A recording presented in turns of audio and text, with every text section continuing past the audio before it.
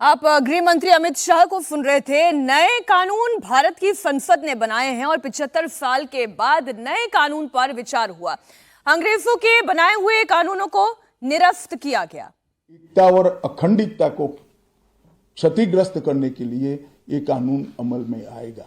तो आजादी के इतने सालों के बाद ये कानून में बदलाव हुआ है, जो एक बहुत बड़ा परिचायक है हमारे संविधान के स्पिरिट का।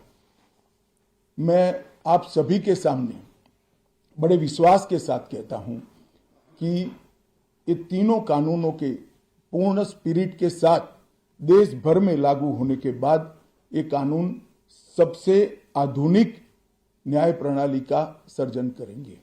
टेक्नोलॉजी को हमने न केवल अपनाया है, आने वाले 50 सालों तक टेक्नोलॉजी में जो भी अनुसंधान होने की संभावनाएं हैं, इस सबको कानून के अंदर हमने व्याख्या के तौर पर समाहित किया है, जैसे आने वाले समय में भी जो अनुसंधान होंगे वो व्याख्यायित किए गए। ये विश्व की सबसे आधुनिक न्याय प्रणाली बनेगी, इसका मुझे विश्वास है। कंप्यूटराइजेशन की प्रक्रिया ऑलरेडी पूरी हो गई है। 99.9% थाने कंप्यूटराइज हो चुके हैं। ई रिकॉर्ड जनरेट करने की प्रक्रिया भी हमने 2019 से ही चालू कर दी थी। 0 एफआईआर, ई एफआईआर, चार्जशीट और जवाब, ये सभी डिजिटल होगा। किसी को बड़े बड़े जेरोक्स निकालकर करने की जरूरत नहीं है। 1 लाख पेज की चार्जशीट भी एक छोटे से पेन ड्राइव से जजेस के सामने जाएगी और पक्षकर्ताओं को दिए जाएगी। 90 दिन के अंदर इस कानून में पीड़ित को, जिन्होंने न्याय की गुहार की है, उनको अपने केस का प्रोग्रेस ऑटोमेटिकली ऑनलाइन भेजा जाएगा। हमने इसके अंदर 7 साल और उससे ज्यादा सजा वाले सभी गुना में फॉरेंसिक की टीम की विजिट को कंपलसरी कर फॉरेंसिक एविडेंस को कानूनी जामा पहनाने का काम किया है। मैं मानता हूं कि इससे बहुत फायदा होगा। दोष सिद्धि का प्रमाण हम बहुत आगे तक ले जा पाएंगे। साक्ष्यों की रिकॉर्डिंग और जांच पड़ताल में रिकॉर्डिंग की अनुमति दी है। वीडियोग्राफी को सर्च और सीजर के वक्त पर अनिवार्य किया है, जिससे किसी को फंसाने की कोई साजिश न हो पाए। ई बयान बलात्कार की पीड़िता का या छेड़खानी की पीड़िता का ई बयान को भी कानूनी माना गया है और कोर्ट में ऑडियो वीडियो के माध्यम से पेशी करने का भी प्रावधान हमने किया है। ई पेशी में गवाह, आरोपी, विशेषज्ञ और पीड़ित सभी को कानूनी जामा पहनाने का काम किया है। इसमें जो फॉरेंसिक विजिट को अनिवार्य बनाया गया है, इसको हमने दूरदर्शिता पूर्वक काम कर नेशनल फॉरेंसिक साइंस लेबोरेटरी 2020 में बनाकर इसके लिए ट्रेन मैन पावर का सर्जन का काम ऑलरेडी कर चुके हैं। मुझे पूरा भरोसा है कि 3 साल के बाद इस देश में हर साल 40,000 से ज्यादा ट्रेन मैन पावर का फोर्स हमारी कानूनी क्रिमिनल जस्टिस सिस्टम की सेवा में उपलब्ध होगा। कन्विक्शन का रेशियो इसके माध्यम से 90% तक ले जाने का हमने प्रावधान किया है और फॉरेंसिक इंफ्रास्ट्रक्चर को बढ़ाने के लिए अभी हमारी कैबिनेट ने निर्णय किया है और 9 राज्यों में फॉरेंसिक साइंस यूनिवर्सिटी के कैंपस खोले जाएंगे और 6 सेंट्रल फॉरेंसिक लेबोरेटरीज को भी हमने करा है। ये कानून विक्टिम सेंट्रिक है। पहले दिनों तक किसी को पुलिस ले जाती थी, परिवार वालों को कोर्ट में आना पड़ता था। अब हमने कंपलसरी किया है कि हर थाने में रजिस्टर होगा और ई रजिस्टर भी होगा कि कौन सा अपराधी पुलिस की कस्टडी में है, जिससे हेबियस के माध्यम से कोर्ट में नहीं जाना पड़ेगा। तलाशी और रेड दोनों स्थिति में वीडियोग्राफी की जाएगी, जिससे पुलिस के अधिकारों का दुरुपयोग न हो पाए। और हमने अपराधियों को बेल को भी लंबे समय तक लंबित केसों में कानूनन बना दिया है, जिसमें एक निश्चित समय मर्यादा अपराध के अंदर जो सजा है उसके अनुपात में हो जाने के बाद जेल सुपरिटेंडेंट की जिम्मेदारी होगी कि इसको बेल पर रिहा किया जाए। तो इसके लिए कोर्ट में किसी को जाने की जरूरत नहीं पड़ेगी। इसमें विक्टिम को अपनी बात रखने का मौका मिलेगा, इंफॉर्मेशन का अधिकार मिलेगा और नुकसान के लिए क्षतिपूर्ति का भी अधिकार पहली बार भारतीय कानूनों में हम करने जा रहे हैं। 0 एफआईआर, विक्टिम की एफआईआर की प्रति की निःशुल्क प्राप्ति और 90 दिन में जांच का रिपोर्ट देने से इससे बहुत बड़ा फायदा होगा। समय पर न्याय, लगभग 35 न्याय प्रणाली की 35 धाराओं में हमने समय मर्यादा निश्चित की है और ये टेक्निक के आधार पर प्रोसीडिंग्स होने के कारण भी समय पर न्याय मिलेगा। 3 दिन में एफआईआर दर्ज करनी है, 7 दिन के भीतर जांच रिपोर्ट पीड़िता के सार्वजनिक करनी है, 60 दिन के अंदर ही अपराध तय करने हैं और घोषित अपराधियों के खिलाफ 90 दिन के अंदर मुकदमा कायम करना है और आपराधिक मामलों में मुकदमे की सुनवाई के बाद ज्यादा से ज्यादा 45 दिन के अंदर जजमेंट की घोषणा करनी है। तो कई जगह पे हमने समय को कम कर बाध्य कर हमने जल्दी से न्याय मिल पाए इस दिशा में काम किया है। हमने 3 वर्ष से कम कारावास में, 60 वर्ष से अधिक उम्र में के लोग जो है, इसमें पुलिस अधिकारियों की पूर्व अनुमति अरेस्ट के लिए अनिवार्य करी है। गिरफ्तार व्यक्ति को 24 घंटे में मजिस्ट्रेट के सामने ले जाने का प्रावधान भी कानूनी बनाया है और 20 से ऐसी ज्यादा धाराएं हैं जिसमें पुलिस की जवाबदेही हमने सुनिश्चित करी है। पहली बार पी का भी हमने प्रावधान इसके अंदर किया है।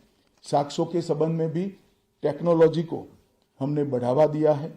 इलेक्ट्रॉनिक साक्ष्यों के प्रति विश्वसनीयता बढ़े, इसके लिए कानूनी प्रावधान कड़े किए हैं। सर्वर लॉग, स्थान संबंधी साक्ष्य और वॉइस मेल, ये सब की व्याख्याएं की गई है। अब न्याय प्रक्रिया संविधान की 8वीं अनुसूची में आने वाली सभी भाषाओं में काम करती हो जाएगी। हमारी स्थानीय भाषाओं के लिए बहुत बड़ा फैसला है। हमारा पूरा सॉफ्टवेयर जो बनेगा वो 8वीं अनुसूची में आने वाली सभी भाषाओं में बनेगा। कानून बनने के बाद, संसद ने पारित करने के बाद तैयारी के लिए ढेर सारा प्रयास भारत सरकार के गृह मंत्रालय और हर राज्य के गृह मंत्रालय और जस्टिस मंत्रालय ने किया है। लगभग 22.5 लाख पुलिस कर्मियों की ट्रेनिंग के लिए 12,000 मास्टर ट्रेनर्स बना दिए गए। कई इंस्टीट्यूशन को अधिकृत किया गया और 23,992 मास्टर ट्रेनर अब तक ट्रेन हो चुके हैं। जुडिशरी में 21,000 सबऑर्डिनेट जुडिशरी का ट्रेनिंग हो चुका है और इसके लिए भी आगे पर मास्टर ट्रेनर्स की कई बैच स्थानीय भाषाओं में तैयार हो गई है। 20,000 पब्लिक प्रोसिक्यूटर्स को ट्रेन किया गया है और लगभग हर प्रोसिक्यूटर को एक ऐप दे दिया गया है और नए कानून छापे हुए दिए गए हैं कि पुरानी धारा कौन सी थी, नई धारा कौन सी है। प्रिजन के 51,224 कर्मचारियों का ट्रेनिंग हुआ है और फॉरेंसिक के 4,000 कर्मचारियों का ट्रेनिंग हुआ है। कुल मिलाकर ट्रेनिंग की संख्या पुलिस में 6 लाख, प्रोसिक्यूशन में 4,000, जुडिशरी में लगभग 20,000, फॉरेंसिक में भी 4,000 और प्रिजन में 10,868 मास्टर ट्रेनर अभी काम कर रहे हैं। मित्रों, ये संहिता के लिए कुछ विपक्ष के मित्र अलग अलग बातें मीडिया के सामने रख रहे हैं कि अभी ट्रेनिंग नहीं हुई है, चर्चा नहीं हुई है। मैं आप सभी को बताना चाहता हूं कि लोकसभा में कुल मिलाकर 9 घंटा और 29 मिनट चर्चा हुई है। 34 सदस्यों ने इसके अंदर पार्टिसिपेट किया है। राज्यसभा में 6 घंटा और 70 मिनट चर्चा हुई, 40 सदस्यों ने पार्टिसिपेट किया है। एक ये भी झूठ चलाया जा रहा है कि सबको बाल निकालने के बाद ये बिल लाया गया। बिल बिजनेस एडवाइजरी कमेटी में पहले से निश्चित था। मेरा ये स्पष्ट मानना है कि 14 तारीख से ही विपक्ष ने सदन का बहिष्कार करने जैसी हरकतें करी थी और शायद वो हिस्सा लेना नहीं चाहते थे। और दोनों सदनों में 14 तारीख में लोकसभा में 96 और राज्यसभा में 46 सदस्यों ने ऐसी हरकतें की जिससे पीठासीन अधिकारी उनको बाहर करने के लिए मजबूर हो जाए। फिर भी एक ऑप्शन था। ये बहुत बड़ा दूरगामी परिणाम लाने वाला कानून था। वो एक कानून के लिए स्पेशल अंदर आकर चर्चा में अपना मत रख सकते थे। इसके पहले भी मैंने 2020 में सभी सांसदों को पत्र लिखकर उनके सुझाव मांगे थे। सभी मुख्यमंत्रियों को पत्र लिखकर उनके सुझाव मांगे थे। सभी सुप्रीम कोर्ट के सम्मानीय न्यायाधीशों को पत्र लिखकर उनके सुझाव मांगे थे। सभी हाई कोर्ट के चीफ जस्टिस को पत्र लिखकर सुझाव मांगे थे। गृह सचिव जी ने सभी आईपीएस अफसरों से सुझाव मांगे थे, सभी कलेक्टर से सुझाव मांगे थे और ये सब सुझाव मिलाकर मैंने खुद अधिकारियों की बैठक को अलग करे तो मैंने खुद 158 बार इसकी मीमांसा कर बैठक कर विचार कर एक बिल बनाया। ये बिल को भी संसद ने ऐसे ही पारित नहीं किया है। गृह विभाग की समिति के पास ये बिल को भेजा गया। 2.5 महीना या तो 3 महीना इस पर विशद चर्चा हुई। सभी दल के सांसदों ने इसके अंदर हिस्सा लिया है, अपने सुझावों को रखा है। 4-5 पॉलिटिकल स्टाइल के सुझाव छोड़कर मैं दावे से कह सकता हूं हर सुझाव को समाहित कर 93 बदलाव कर बिल को फिर से कैबिनेट ने पारित किया और पारित करने के बाद सदन के सामने रखा गया। इतने बड़े सदियों के बाद हो रहे सुधार को पॉलिटिकल कलर देना मैं मानता हूं ठीक नहीं है।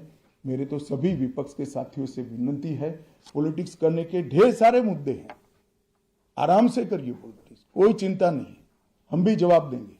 मगर ये कानून देश के 140 करोड़ नागरिकों को संविधान का जो स्पिरिट है,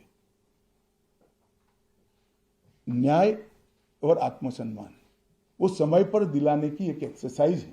तो आप सभी लोग इसमें कोऑपरेट करिए और मैं मानता हूं कि जिसको भी कुछ कहना है, मेरा दफ्तर हमेशा खुला है, मैं अवेलेबल हूं।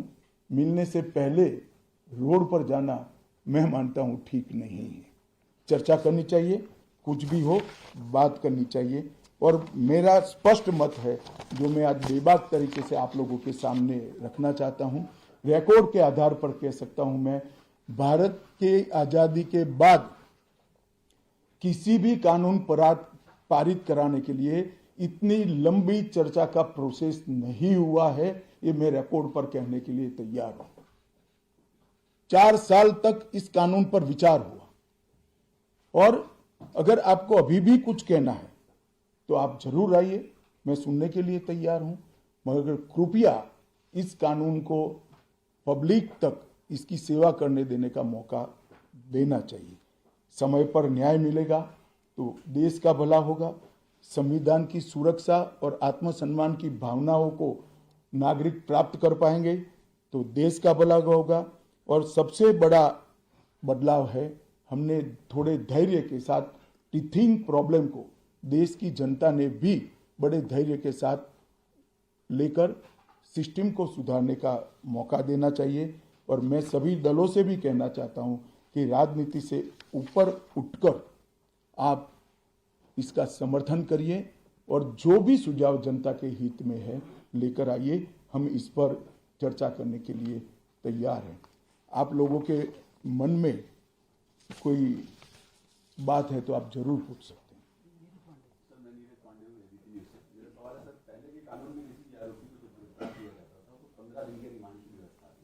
जो नया कानून है उसमें गिरफ्तारी के 60 दिनों तक कभी भी या तो एक साथ या हिस्सों में बुलाकर रिमांड लिया जा सकता है। इससे फायदा क्या होगा?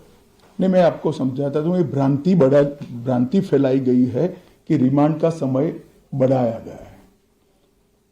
मैं स्पष्ट कर देना चाहता हूं कि नए कानूनों के तहत, बीएनएस के तहत रिमांड का समय 15 दिन का ही है। मैं आप लोगों के सामने डिटेल में बताना चाहता हूं। आरोपी को आज पुलिस ने कस्टडी में लिया, कोर्ट ने रिमांड दे दी और आरोपी अस्पताल में भर्ती हो जाता है और 15 दिन तक अस्पताल में रहेगा तो क्या इसकी पूछताछ ही नहीं होगी?